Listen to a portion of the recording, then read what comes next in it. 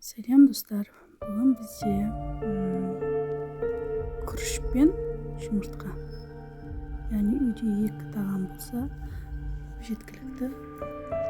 Яғни күрішімізді пісіру үшін біз қазанымызды қыздырып, үстіне екі ас қасықтай май құямыз да, оның үстіне бір кесе күрішті жуып саламыз.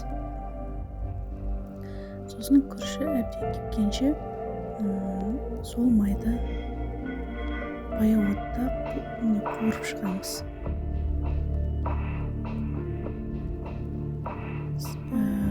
Күрішіміз ыдырап тұруына, ыдырап пісуіне жақсы болады. Әбден майға қуырып аламыз.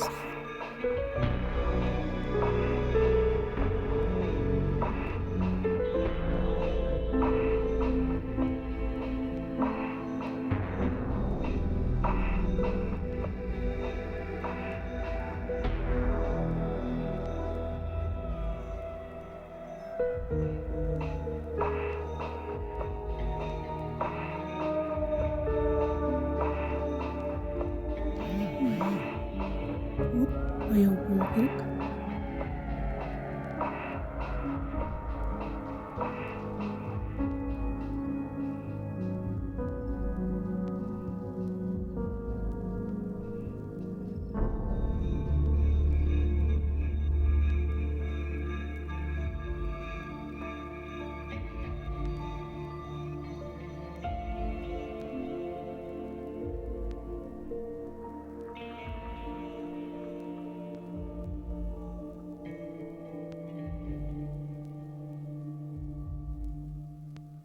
Дәміне қарай тұз саламыз.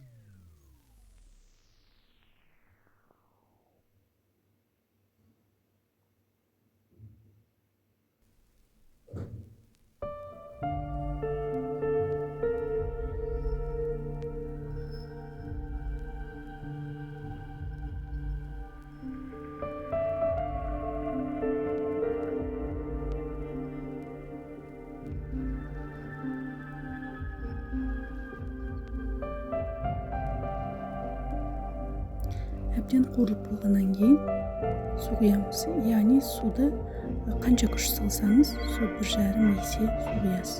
Мысалға мен 1 кесе күріш салдым, яғни кесе жарым, 1 кесе және жарты кесе су құям. Су кезде әдемі болып піседі. Яғни кесіліп кетпейді, қатты болмайды деген сияқты. От баяу болу керек. Ең соңы неде тұру керек.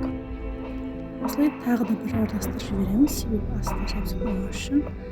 Қақпағын жауып, бұқтырып 10-13 минутта піседі күрішіміз.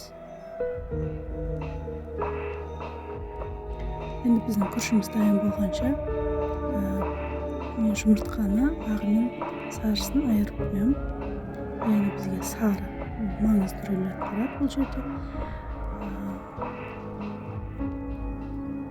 Қазір шағып, екеуін ажыратып дайындап қоямын күрішім піскенше.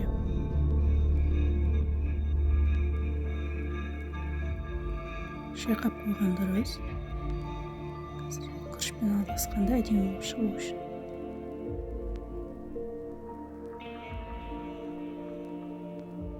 Енді мен күріштің жанына, күріштің өзін ұсынғаннан гөрі қасына подлива, яғни салмасын дайындадым. Бұл жерде үйдегі бар көкөністерді пайдаланып, пияз, сәбіз, картоп деген сияқты. Барлығын саламық етіп турадым.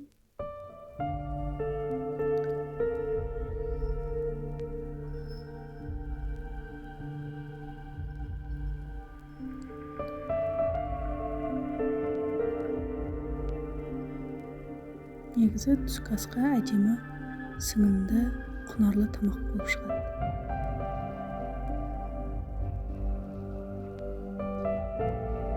Осылай барлығын ұзынша етіп турап дайындап аламын.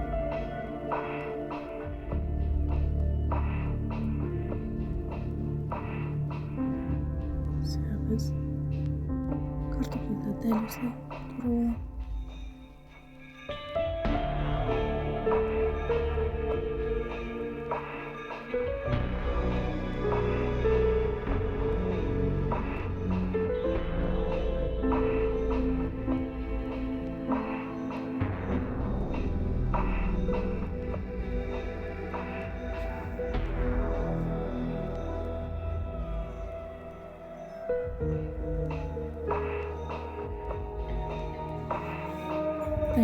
уже күрішім пісіп қалды.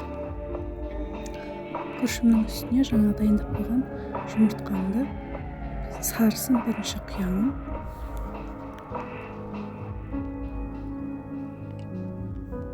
Сарысын құйып, осылай баяу отта бұлғап шығам. Яғни сары жұмыртқа әбден пісу керек. От баяу болу керек, ол маңызды.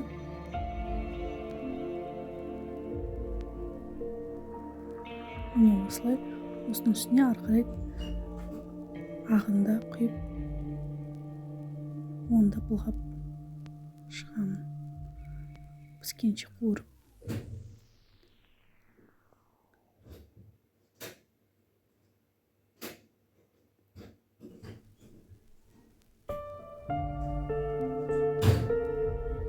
Содан кейін енді қызып тұрған сковородкаға ас қасықпен 2 қасықтай майымды құйып, үстіне жаңа дайындап қойған пиязымды қуырып аламын бірінші рет-ретімен.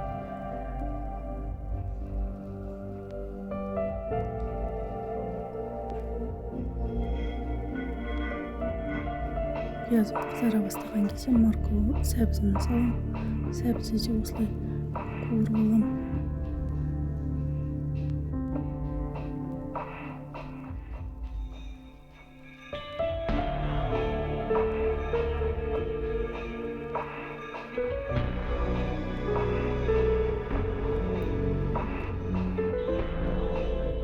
Дәл солай картофелін да салып қуырып аламын да.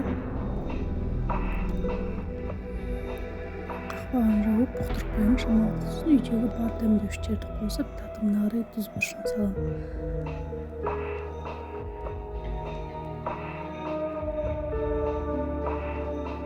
Осылай енді күрішімді салып, жанына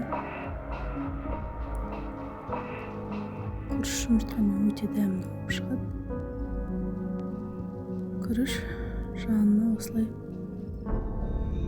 жаңа дайындаған подливасын салып ұсынсаңыздар болады. Тамақ өте дәмді, құнарлы, ұсынғанда да әдемі. Каналыма жазылыңыздар, рахмет.